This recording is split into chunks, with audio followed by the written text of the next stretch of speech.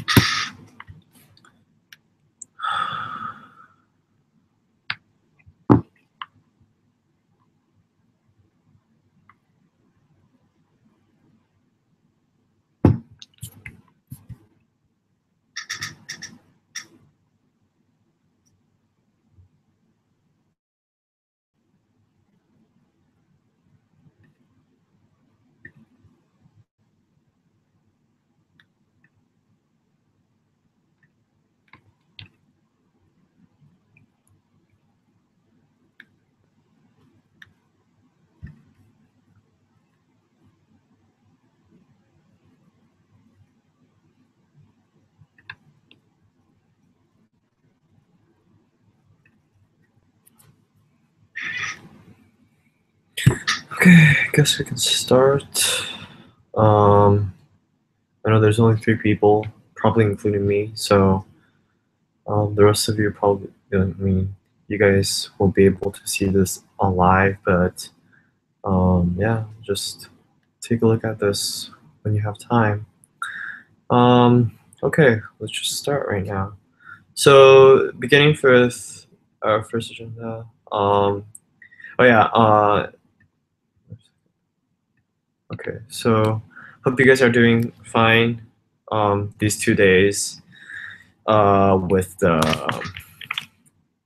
parent-teacher conferences, it's been really. Um,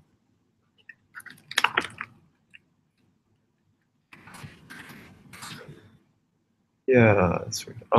Anyways, yeah, it's just been very frustrating with TOEFL these 2 days, and I hope you guys are doing well. If you guys are not doing TOEFL this week, Saturday or Sunday. Let's just move straight into the content agenda. So, desktop. Whoa, whoa, whoa. Okay. Yep. Okay, this is good. So today we're just going to discuss briefly about the different things that we need to know, and also about progress platforms, elevator pitches, as well as the lesson 5 for today.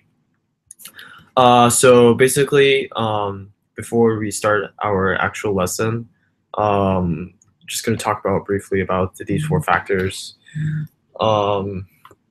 So you guys, I know my group, which is group one, got our email that we were assigned a mentor, and I hope you guys have as well. They're still working on this, so it might take some time. So yeah, just have patience on that. But you guys, all the teams will have one mentor, and they're going to give specific instructions to you guys about what you have to do after the email. Yeah. Um, and did your team figure out what kind of company you guys are going to make? So if you already have, then yeah, that's actually one of the requirements for the response or reply to your mentor. So get ready for that. And then the progress platform, which is the application that you guys are going to get, will be here by October 20th to all of you guys as members. I already do have them, but then the the working agreement as well as some other structures you need to communicate with your mentors have to be through the progress platform. So you guys can wait to reply your mentor after you guys have received your progress platform. Oh, on October 20th, sorry.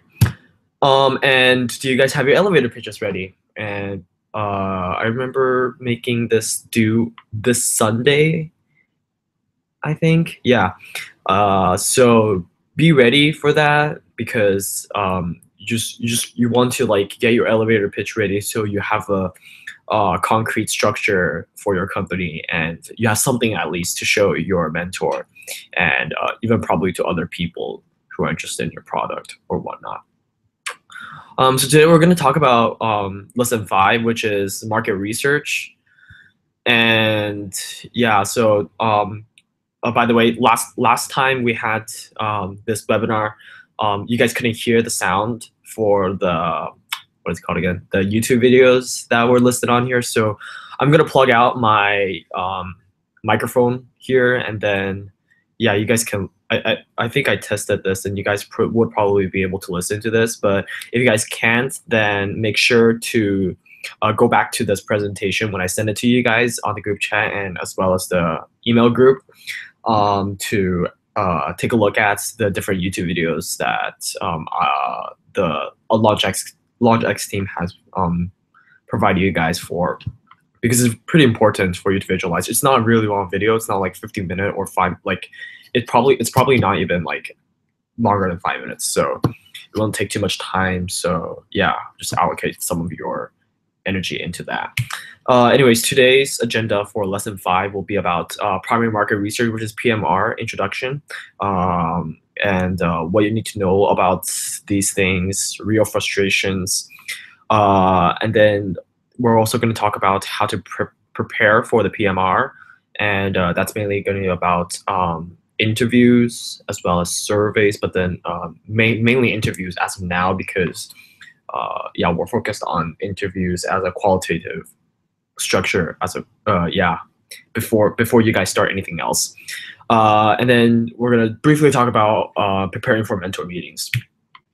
So yeah, today let's start with this video first. Hope this works. Okay, let's double check. Okay. Let's start with a case study by Bill Aulette, experienced entrepreneur and author of Disciplined Entrepreneurship. Dean graduated from MIT 15 years ago, and he was very successful in business. And he decided that after that, he wanted to start his own business. So he thought about different ideas, and then he realized, boy, there's no Lamborghini dealership in Boston. I'm going to start a Lamborghini dealership. And he opens his doors on Tuesday morning after setting this up for over 6 months. And Tuesday morning, nothing happens. No one comes in. The phone doesn't ring. And finally, at 10:35, Laura walks through the door. Now, I know you make a high profit on Lamborghinis, and I'm willing to pay you that.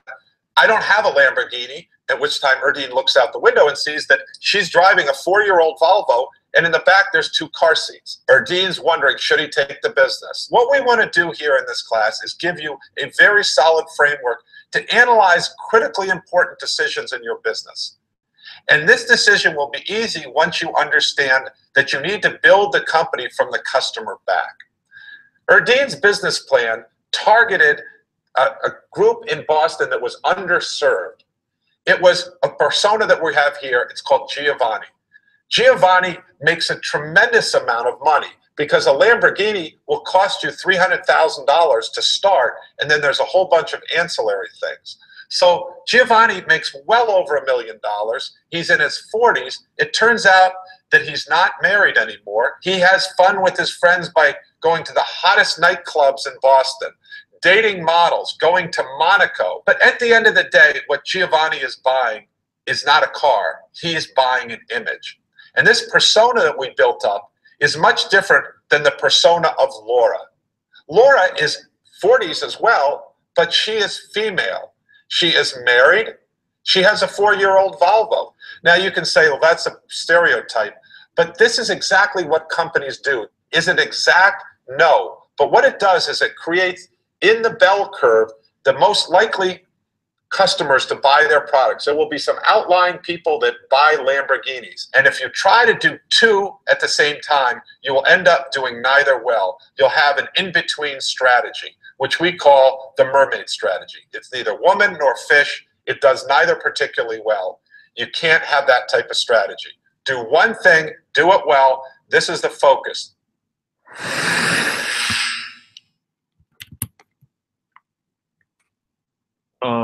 So basically what that was about was this is pretty much an introduction to what PMRs are for and what kind of customers you're going to engage in, what is your intended audience, as some people would say. See if this is still recording. Okay, wow. I have to double check all the time. So basically, after you guys have watched this video, try to think about what kind of things Erdine should do, which is the person who started the Lamborghini firm in Boston. And then this quote over here says, "It's tempting to do a favor for a friend, but are you willing to sacrifice for your brand for it? It's better for business to make a handful of people love you than to make a lot of people like you." I guess the first sentence over here doesn't really relate to me because, yeah, it doesn't. But the second sentence over here, it says it's better for businesses to make a handful of people love you than to make a lot of people like you.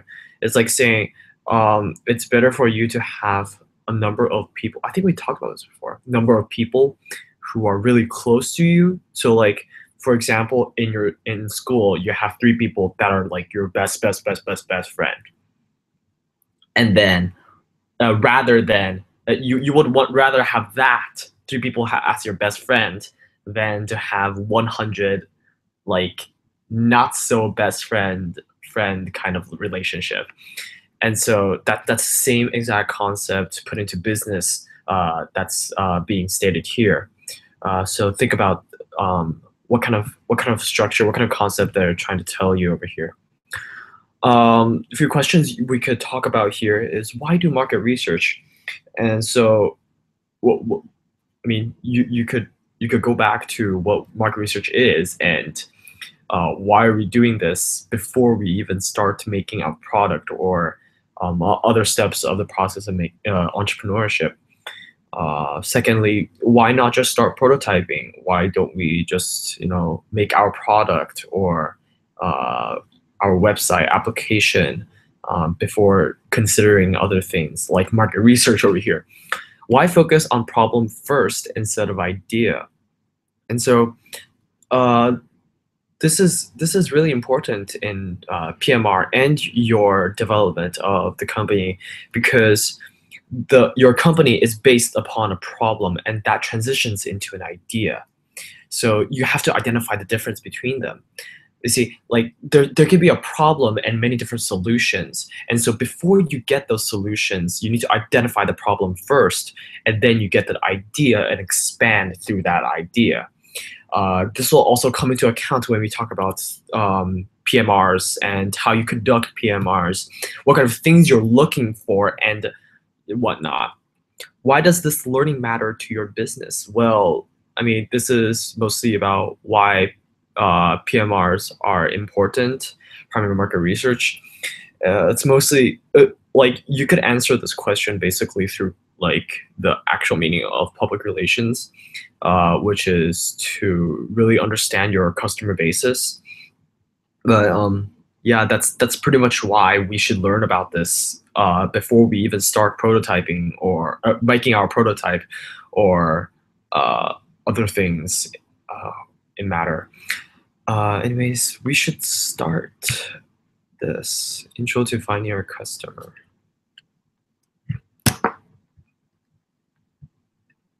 In this video, we're going to talk about customers.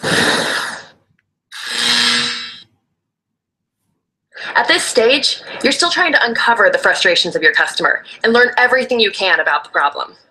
To do that, you'll need to do market research. Market what? Market research allows you to gather insights about the needs and preferences of your potential customers. I don't have time. Why? This helps you determine who your target customer is, what they need, and how to sell an offering to them. In this session, we'll cover how to conduct interviews to determine your customer persona. Okay, this video is directly connected to the next video. I don't know why they separated though. Now you have a better sense of why starting with and focusing on the customer is important. Let's go over how to assess their needs. There's lots of ways to get input from customers. At this stage, you want to be uncovering potential needs. A lot of potential here. Needs. Potential needs. Right. Because Frank is going to be like, often entrepreneurs think they understand the customer need, so they create a solution, I've got just the thing. only to find they were wrong, But you don't. or that the customer's frustration wasn't a big problem. All right. Oh well. By focusing on customer frustrations, you can avoid this. Through interviews or observations, you'll get firsthand accounts of real frustrations. Damn it.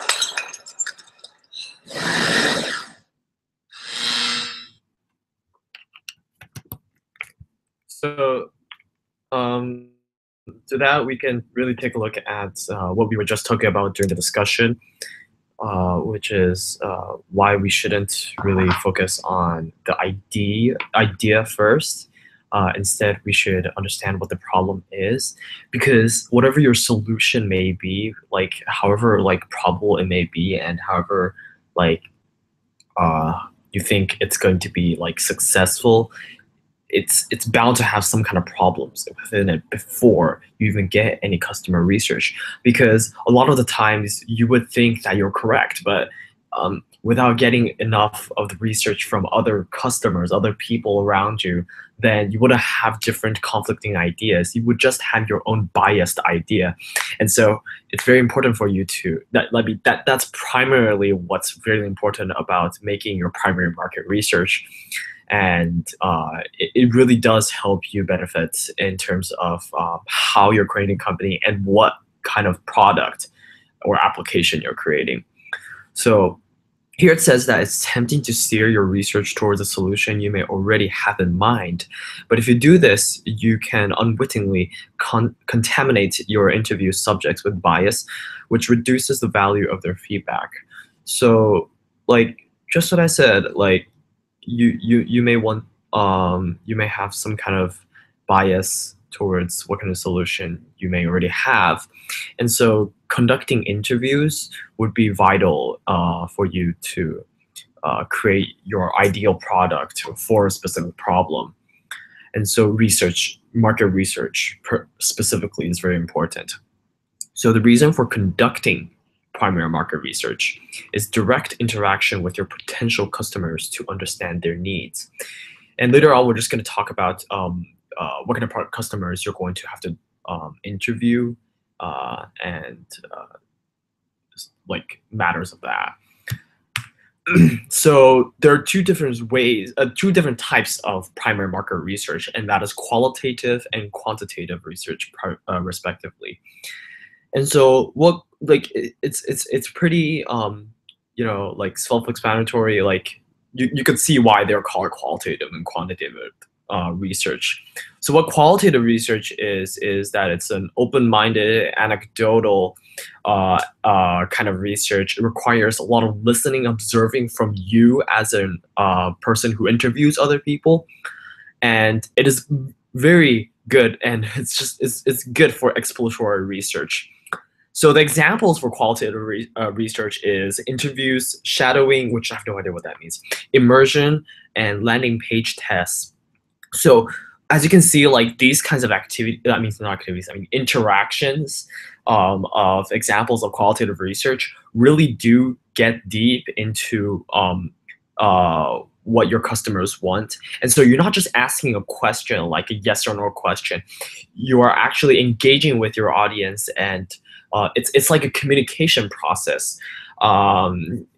You could imagine this as being like a, you know, like a college, you know, like college admissions process, and you're getting interviewed. And so what they're really wanting to do is not to answer multiple choice question or something of that sort, but they're really engaging you to really understand what you're trying to solve, like what kind of problems you have and whatnot.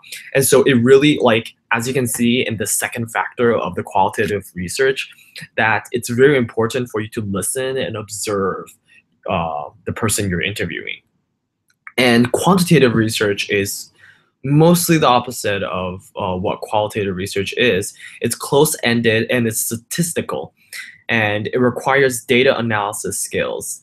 It's best for confirming known hypotheses, and examples of these are surveys, web testing, polls, and questionnaires.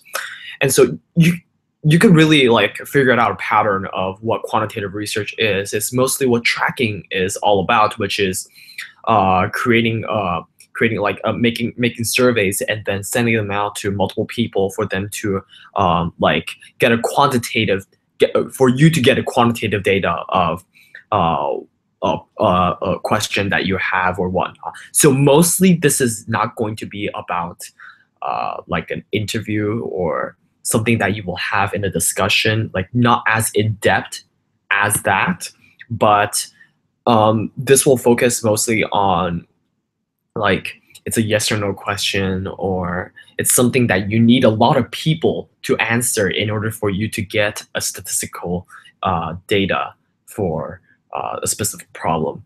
And so for our next video, we're going to talk, actually not yet, next video is over here, market research. So we should start with interviews when we do market research, and that's what I said just previously, which is qualitative research. So interviews and observations. So these things bring in depth to the customer frustrations to help you uncover important opportunities and refine the target customer in order to make surveys and internet research more directed and valuable. And so interviews will be like made into another number of people, but not too much. And so the reason why is because you're trying to focus your idea into a more specific one in order for you to actually make your quantitative research happen. And so, as I said, quantitative research requires a wide range of people, and so you would want to make interviews and through that, observing them and focusing on your idea before you move on to quantitative research. So the next second thing said here is internet research. Most suited towards covering specific topics such as researching competition or learning more about the market size. And so you could focus on what your field is. And so, for example, if we were talking about technology, which is pretty much the simplest thing that I can think about right now, then you could research about what kind of competition you have. So what other companies are making like similar products as you are, or what is your market size, and so how many people are you actually reaching out to? So is this market even big enough for you to make a qualitative or quantitative research concept? And yeah, that's basically what research online is. And you could do this like like just use your own imagination about what internet research can be. It doesn't need to be that thorough, but it is a very important process for you to take as a team, of course. Surveys is most suited towards gathering quantitative data. And so these three are just recommendations, of course, but I would really, really recommend you guys use these three kinds of use these three research methods to conduct your qualitative, quantitative research, respectively. Because not only is it easy, but then like it gives you the data like very it's easier for you to make the data, and it's very simple in terms of the results. So like if you want to look back, like these other like polls, questionnaires to web testing, it's practically the same thing, but some require like other factors put onto it. So like the most basic ones out of these two research factors, which qualitative or quantitative, are interviews and surveys, and of course, in addition, internet research. And so surveys, most suited towards gathering quantitative data or rankings, such as determining the most important purchasing criteria for a specific group of customers. And so you could focus on after you have made your interviews and your qualitative data research, then you could focus on the quantitative data, and that could go into a more specific agenda and criterion for your specific idea and your company, what you're trying to solve in a more broader range. So let's take a look about how to do primary market research.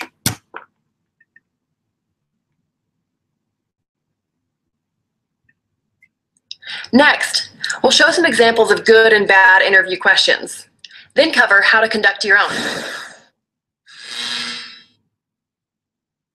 Here are some examples of bad interview questions.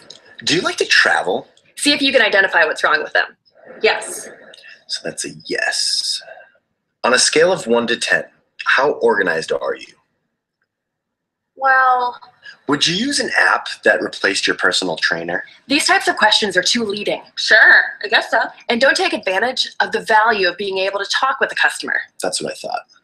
Ideally, you should be listening more than talking. How often do you work out? I was going to ask that. How often do you wish you worked out? And that. What keeps you from that goal? That's a good question. Tell me about a time that you planned on going to work out but ended up not going. I should work out more. Give the person you're interviewing the opportunity to talk about how they do things now. So how do you do things now? How they wish they did things. Well, and how do you wish you did things? And what they think could bridge the gap. I guess I wish I... That's what I thought. Maybe you'll come across great ideas and opportunities you never expected. Are you single?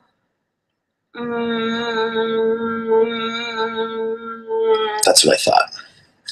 It's not personal. Well, yeah, it is. Next, we'll go over how to prepare for and conduct interviews. First, you want to figure out who to interview and how you'll find them. You want people with different buying behaviors. For example, some people spend time making thoughtful decisions. Cornflower blue or Tufts blue? While others shop impulsively. Buy it, buy it, buy it, buy it, buy it. Next, write an interview guide. A few open-ended questions. Questions. To learn about their needs and ideas. Leave room to make it a conversation. Conduct the interviews. Go out and do them, lots of them, and take good notes. Are you single?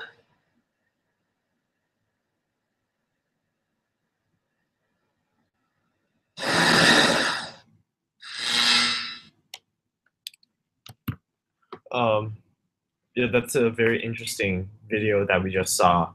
So what they really focus on is how you can conduct PMR. And really the basic things that were talked about, like the fundamentals of what PMR is, were discussed. And you could view them, like you could discover them throughout the video. Like for example, like what are some bad factors that what are some bad questions that you can ask in the qualitative data research? And so during that interview, you don't want to ask like closed-minded questions. You want to ask more like open-ended. And so like during the like in the beginning of the video just now, we just the one that we just saw, like the guy, I have no idea what his name is, but when he was like conducting an interview with the girl, he was mainly just asking her about yes or no questions, or like on a scale to 1 to 10. Those kinds of questions are supposed to be on your quantitative research, data. And so you don't want to mix them up at all. And so what's really important about interviews and primary market research and the qualitative data section is that you actually observe and listen to your customer. And so it really gives you an ideal ideal customer range and what kind of idea you want after you have done your interviews, and whatever kind of interactions you want to have for your qualitative research. So first of all, how you're going to conduct your PMR. First of all, you're going to write a research plan with your team. So do some secondary research to get a greater understanding of the market. What secondary research basically is like, bluntly, it is just internet research. But you could do other research, like, I don't know, read a book or something. But you want to understand what your market is. That's a very broad thing, but you want to understand what kind of people are in your market, or what kind of things you make in that market, and understand your market in general. What are the knowledge gaps that you need to fill? So just understand your market better. What is your hypothesis? Define recruitment criteria for interviews. Who are the right types of people to interview for this idea? Where can you find them? Make sure most of the people you interview are strangers to avoid bias. So a few things to recognize here is that you want to understand what kind of people you want to interview to.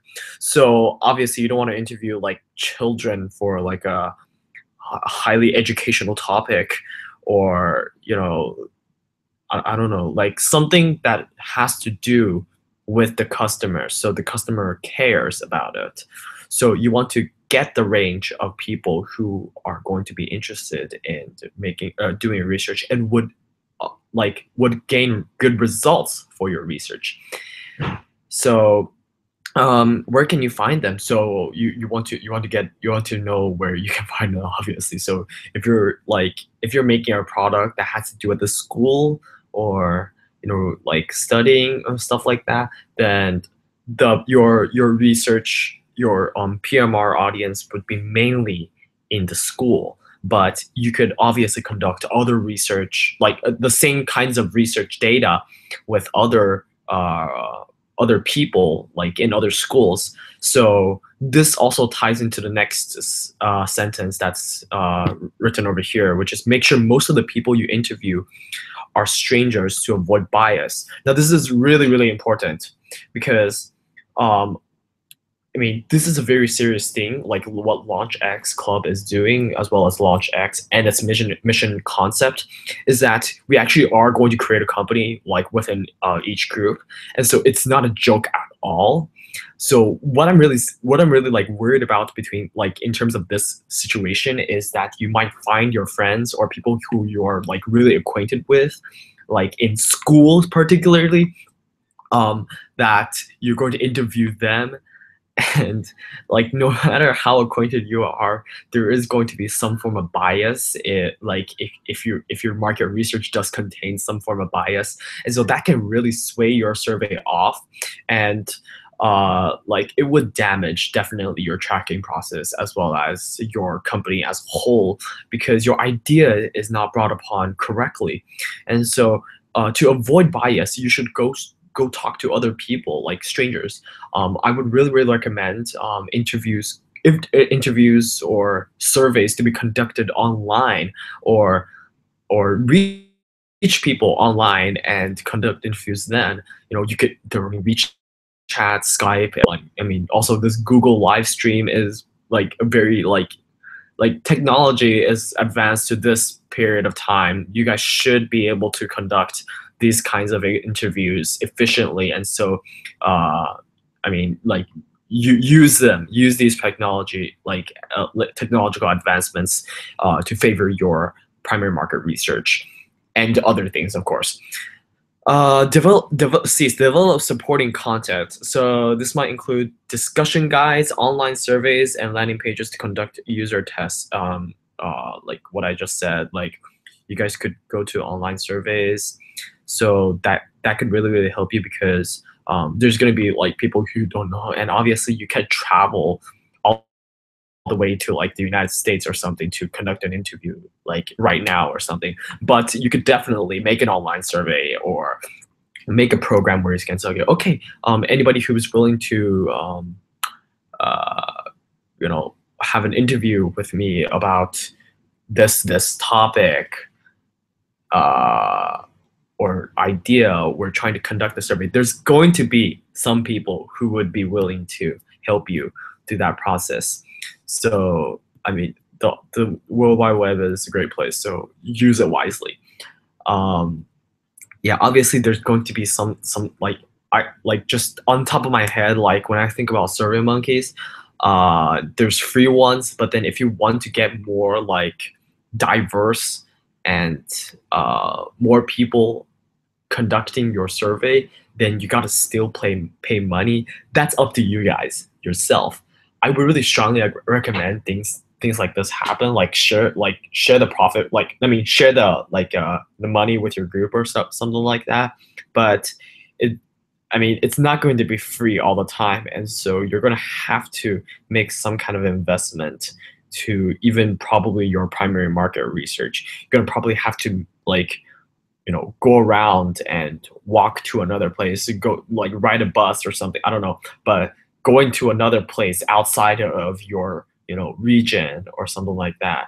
Maybe not like outside Shenzhen, but then like outside of Shekou, I guess, and meeting other people to conduct interviews and talking and discussing with them about your PMR, and through that conducting what your PMR is. And so what we're really talking about is that the more diverse it is of your PMR, the better. Recruit subjects. Make a list of people to interview. Record their name, contact info, source, why you want to engage with this person. And so, basically, bring out imagination, how you're going to create this document, and try to fit in some of the other information that make up these people that you're interviewing. Run the research program. Ask each subject for 15 minutes of their time. Go out and interview real people. This is pretty straightforward. So, like for 15 minutes, just talk to them and interview them. Don't just like ask them like blunt like very straightforward answers, like yes or no question or answers. Discuss with them. It's like an interrogation process, but it's obviously it's more friendly, and it's based on research. And you could go out and interview other people, just like saying it's really straightforward. Digest results, next steps. Well, we're going to talk about this next time, I guess. But basically, what G is talking about is analyzing what your PMR results are, and then we're going to discuss what kind of process we're going to go through next. Whatnot. Those are more of the quantitative, whatever. But like it's more logistical in that manner. Ask the right questions, and this is very important because obviously this is going to be vital for your company and what your idea is going to be. So what, why, how questions are strongly encouraged.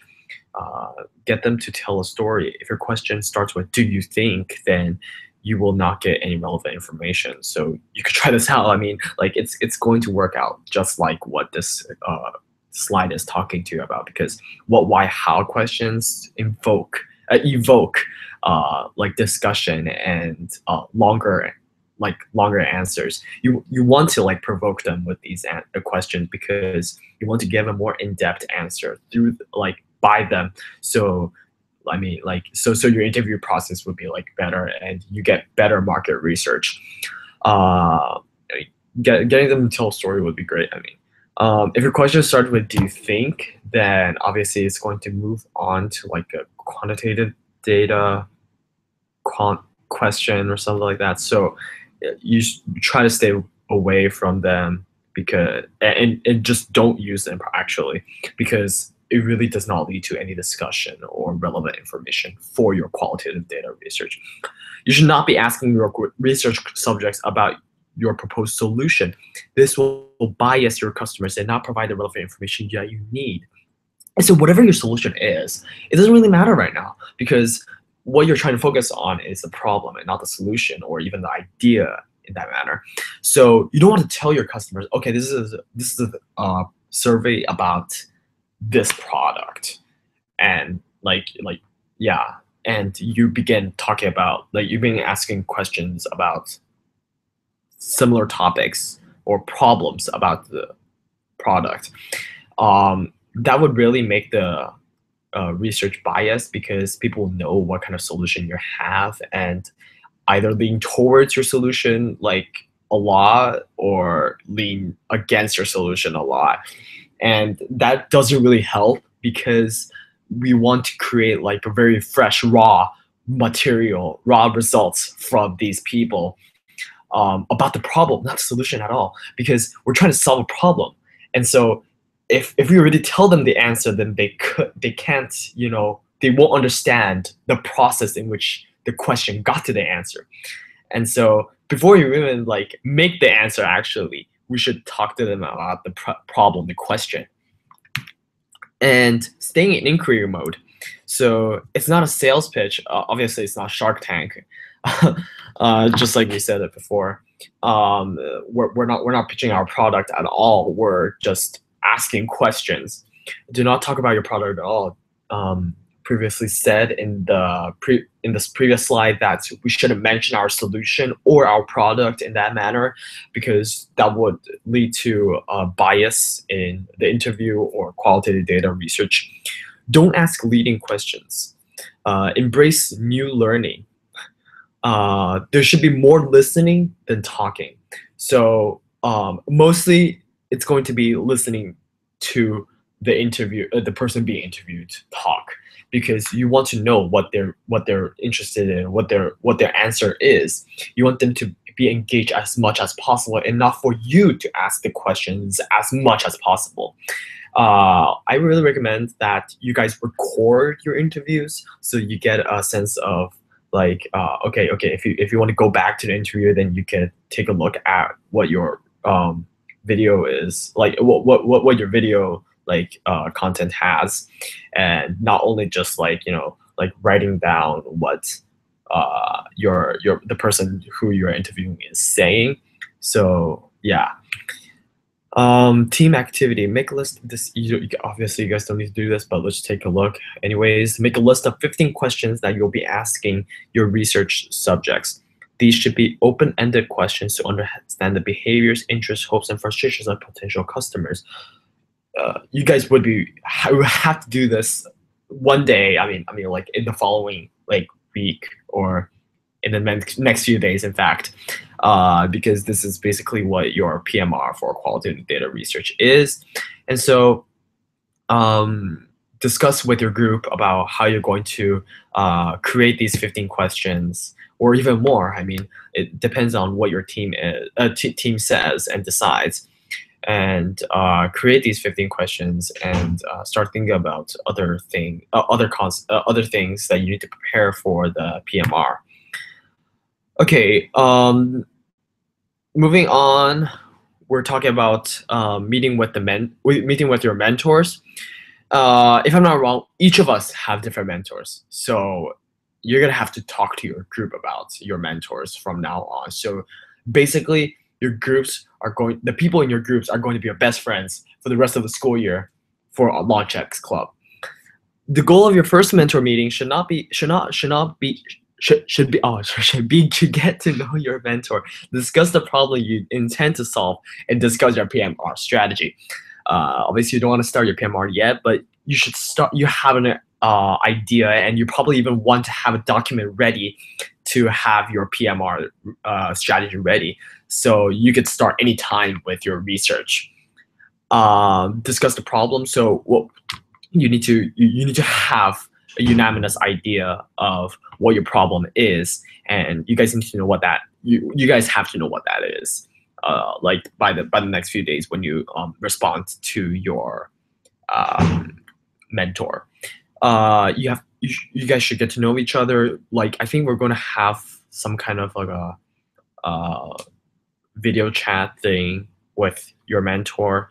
So yeah, be ready for that. But it's good to know these people because they're all entrepreneurs and actual business people that have gone through the entrepreneurial process, and they really do have experience and would tend to like these people are here for you guys because we pay the money obviously. So but it's really important that you get to know these people, know these mentors, know your mentor, and like it's a good resource for you guys. Reminders here, ready doesn't mean having a fully formed idea. Oops, okay. Mentors are there to help you guide and ask questions that help you make decisions. So I don't know if I said this correctly previously, but then don't stress out on your idea, but then have like a general idea of what your idea is. Sounds weird, but yeah, have a general idea of what your idea is. But you don't need to be like very specific about it. Like you don't have to have like a concrete one, like say, okay, this is it, that's it, we're done, we're going to stick with this idea for the rest of the year. Don't do that. But I mean, you could have that thing, but mentors are here for you to discuss with them, with him or her, and start getting these ideas on track. Ready does mean to have an agenda, an objective, and to exit the meeting with clear next steps. This is very important. Okay, listen up. So you need to have an agenda. So the mentor will not be guiding the meeting. You guys will be guiding the meeting. You guys will be responsible to talk to the mentor. You're gonna have to be responsible for making what the meeting is going to be about. It's gonna take a lot of effort, but it's definitely worth it in the long run. So first of all, introduction, share why you want to start a company, learn about your mentor's background and experience. So when you talk to him or her, share the results of your problem identification and seek the mentor's advice on how to validate the need with market research. And 3, determine where you will interview subjects, get ideas from your mentor. So number 3, and I guess number 3 is basically the preparation of your PMR strategy, and you should have a general idea what that is. I really recommend you guys getting together and talking about this more in depth. I will try to give you guys some time next week Monday when we have our next lesson to for you guys to have a free session for you to catch up on these kinds of work. This is homework basically. Like this is one LaunchX Club is like your 9th or your 8th class. Like if you have study hall, then it's your 8th class. Or if you have all 8 classes in school, then this is the 9th class in QSI, because it's really intensive and it's really teaching you what entrepreneurship is. And so you guys need to take this very, very seriously, and judging by the fact that it's your mentor who is a really like a disciplined entrepreneur or businessman or woman, I guess, then I mean, you guys have to be prepared on this, and you have to have the dedication and commitment with everyone and with your idea in general. So you're responsible. Obviously, you're responsible for your agenda. So be prepared, be ready, and you guys just be prepared for every meeting you have with your mentors. So for your first meeting, you guys are gonna have to just discuss about these 3 main issues or subjects, which is your introduction and why, whatnot, like these kinds of basic fundamental questions and inquiries you should talk to with your mentor. He or she is always there for you, like when you need help. So use it wisely because we paid for them. do not say, here's our idea, do you like it, or try to jump ahead for pricing, prototyping, etc. So these things are later, pricing, prototyping, etc. So those should be discussed later on. And you really shouldn't like go on. I mean, I didn't even provide you the materials to go on, so you shouldn't. But so you don't want to ask like, here's our idea, do you like it? Because that's not really discussing. It's like you're having an interview with your mentor. It's like you want to go in more in depth, not like a quantitative research question like, okay, do you like it, yes or no? Like it's like a yes or no question, and it doesn't put that much thought into it, even though if it's not a yes or no question. And so you want to engage with it, like, okay, this is what we were thinking about, and then like, what do you think? Like, okay, so like we were thinking about this field, and the problem was that this, and this is probably a solution, but we're still not sure. This is still ideal, and then discuss with your mentor about further, further things to, further progress that you guys are going to take. Homework. Go out and conduct research that you have just planned. You should have completed 30 to 50. Wow. Okay, that's okay. Yeah. So I know this is like Monday, and like you guys, like you really don't want more homework, but I hope you guys are really organized and have already finished or completed your assignments for school today and tomorrow for the next week, for the next few days of the week. And you guys should be like, this is very intensive. I can see that this is very intensive for me now.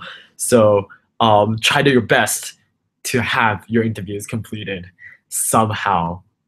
I don't even know why it's 30 to 50 interviews, but try your best, definitely. I think they want a very like in-depth research. So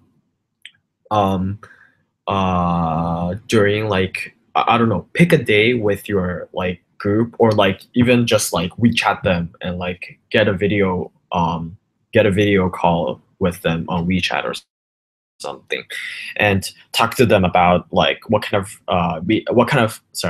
questions you guys are gonna have, and you guys are gonna have to conduct your research almost immediately and go on to get interviews. And I'm like, you guys could just go like as a person, or you can go as a group. Depends on you, but based on the number of interviews that you guys to complete, I mean that's a lot. But it doesn't have to be formal. You can just go around and walk around and talk to people, but just be ready for the language barriers. I know there's like, it's going to be difficult if you have to translate the survey material.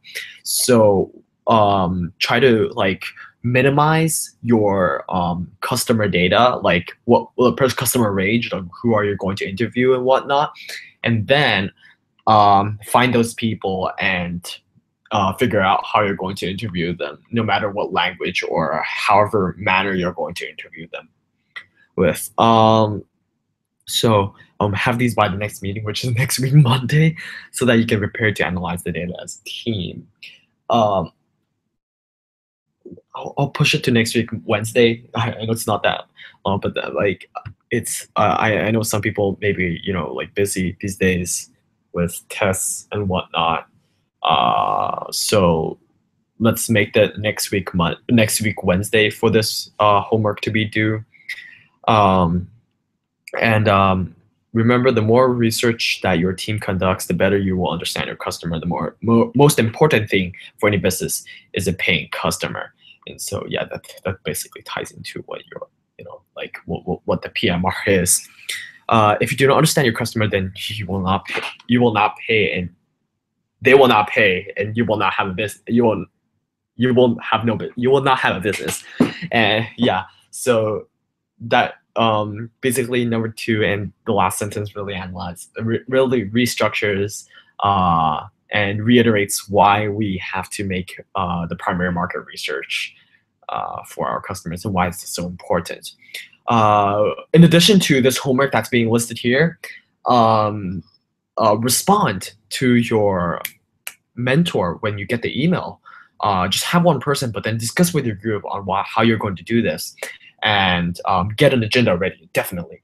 And start with your PMR whenever you guys have time, and use as much time as you guys need, or as much time as you guys have, because like it's going to be vital for you. It's going to get like really busy for the next few weeks. And so, because we're really starting up with our startup company, so do not give up. Just try your best, but definitely do proceed. Do try your best and like achieve what we have set for your goal.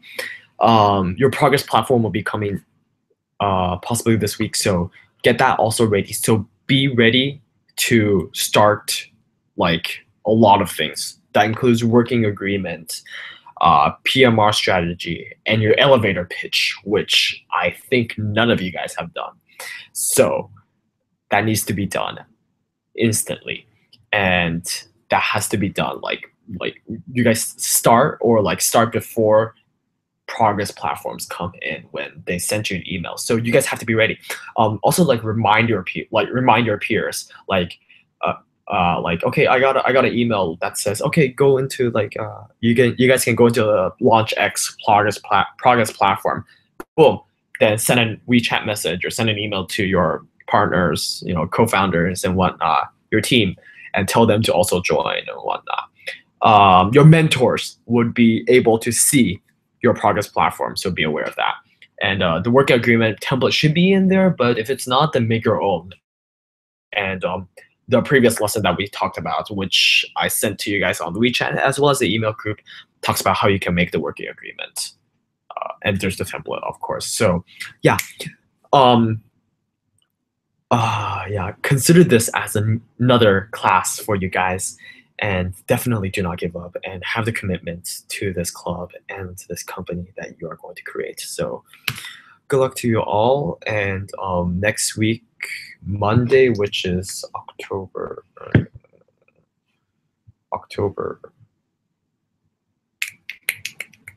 come on, October 23rd, we are going to have our next meeting. Please be here. We haven't had one meeting where all of our club members were present. So let's try to have that next week for the first time. But I know you guys are busy, but try your best, definitely. And motivate your peers and keep on track. So yeah, that's pretty much it. So good luck, and where are we? Wow. Yeah, that's pretty much it. Oh, bye-bye.